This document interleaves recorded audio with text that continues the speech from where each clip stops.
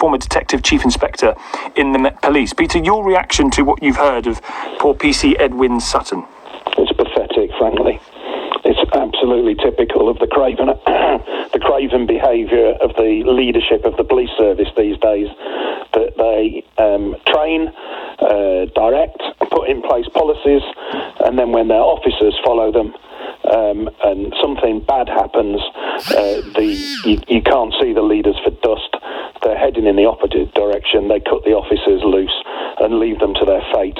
With the IOPC, who spend weeks, months, years poring over the tiniest little detail of policy and procedure, of which there is acres and acres of it developed, lots of it contradictory, and they second guess the actions of the officer, which are taken in a split second, and then drag them in front of discipline boards. Even if the police service doesn't think there should be disciplinary hearing, they can direct them, and I understand this is a directed hearing.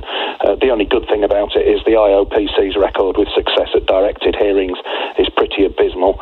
They are almost always kicked out, and one would hope that's what's going to happen here. Otherwise, officers would be perfectly entitled to say, I'm just not getting involved in this.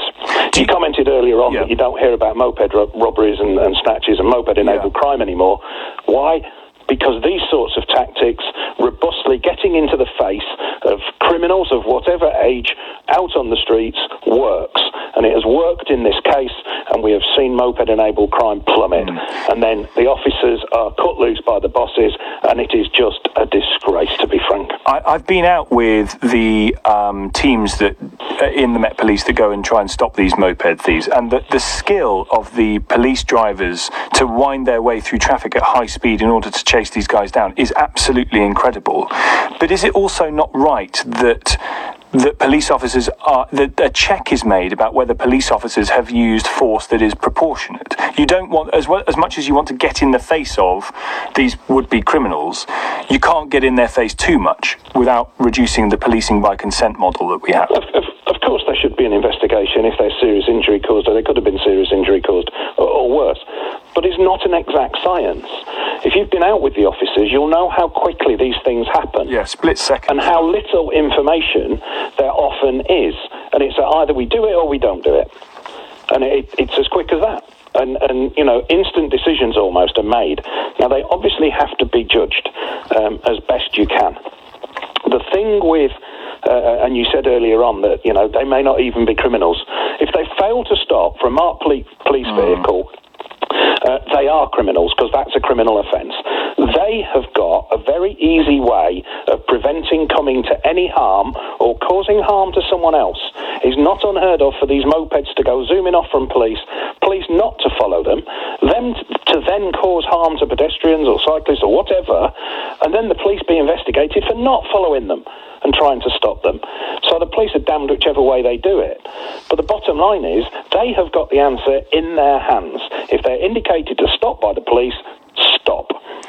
One of the lawyers involved in this, a guy called Charles Apthorpe, who's representing the Metropolitan Police, told the hearing that PC Sutton's action bore no resemblance to the national decision model which assesses risk in the situation.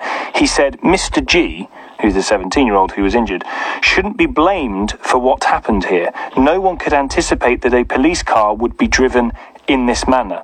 If you hit someone with a car, it's well within people's knowledge that because you're not protected by the framework of a vehicle, you are at high risk of injury.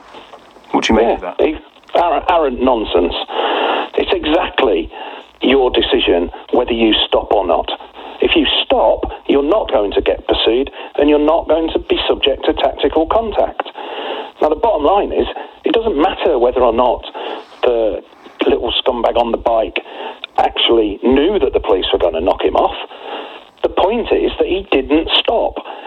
That is the law. If the police direct you to stop, you stop. If you don't, you commit an offence. And you open up all the risk to yourself.